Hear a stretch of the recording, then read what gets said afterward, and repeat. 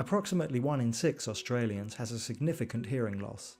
Within this population, most individuals have some level of hearing impairment and a small proportion of the group is deaf. Some people use Australian Sign Language or Auslan, some rely on spoken language or a combination of both methods.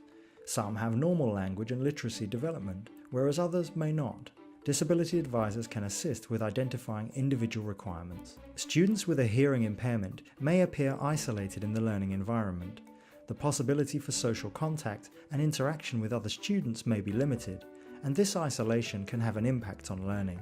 So much vital information at university is communicated by word of mouth.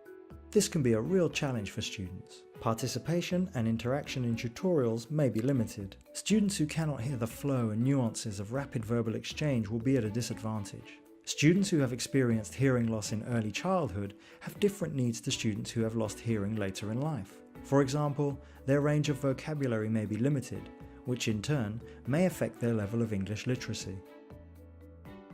Encourage students with a hearing impairment to seat themselves towards the front of the lecture theatre, where they will have an unobstructed line of vision.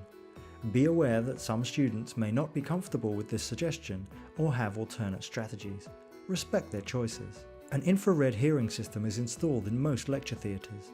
Students can access a receiver for this through the Disability Service. This system is connected directly into the audio-visual system and relays audio directly into the transmitter. Try to remember to face the class at all times while speaking. Be aware that facial hair or microphones may make lip reading more difficult. In tutorials, students who lip read should sit directly opposite you and be able to see all participants. Repeat clearly any questions asked by students in a lecture or class before giving a response.